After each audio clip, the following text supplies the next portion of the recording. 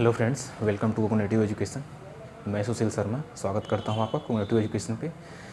दोस्तों, हमारे पास सीटेट में बहुत कम समय बचे हैं।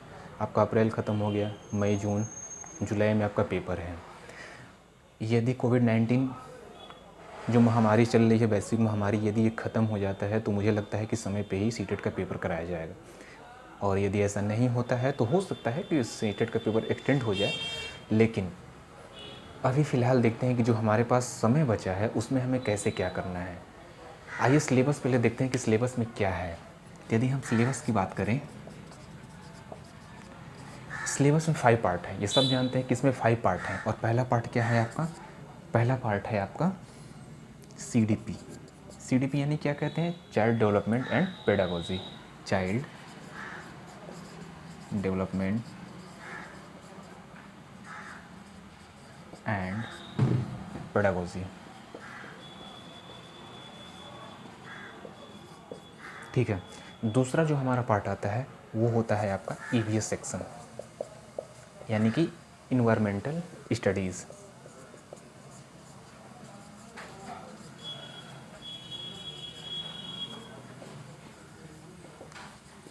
Environmental studies. थर्ड जो आपका आता है वो आता है मैथ सेक्शन।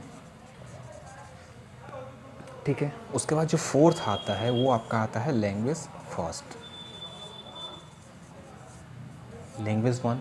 इस लैंग्वेज वन में हमारे इंडियन कॉन्स्टिट्यूशन के जो पार्ट 8 में जितने भी लैंग्वेजेस हैं, टोटल आपके 22 लैंग्वेज हैं। उस 22 लैंग्वेज में आपको चूज करना होता है कि आप कौन सी लैंग्वेज को प्रीफर करते हैं।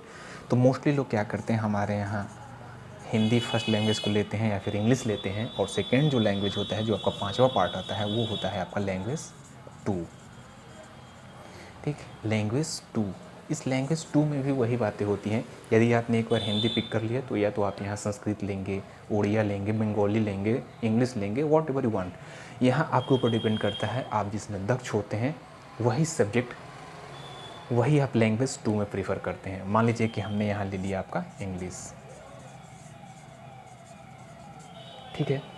अब हम ये देखते हैं कि ये पाँचों सब्जेक्ट मिलाकर हमारे पास 150 नंबर के होते हैं।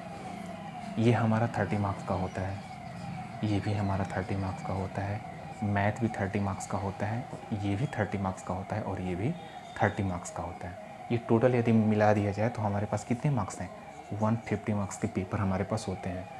नेगेटिव मार्क्स होता नहीं है, लेकिन फिर भी 90 मिनिमम होता है। किसके लिए? क्वालिफाइंग के लिए। यदि क्वालिफाई करना है तो 90 मार्क्स आपको लाने पड़ेंगे। लेकिन आप खुद बताइए, क्या हम केवल 90 से संतुष्ट हो जाएंगे? नहीं।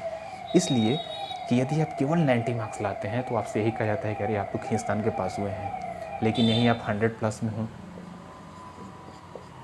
110 प्लस में हो, तो ये कहा जाता है कि नहीं, लड़का सही ढंग से पढ़ा था या फिर सही ढंग से पढ़ाई की गई थी, इसलिए आपने इतना नंबर पाया है।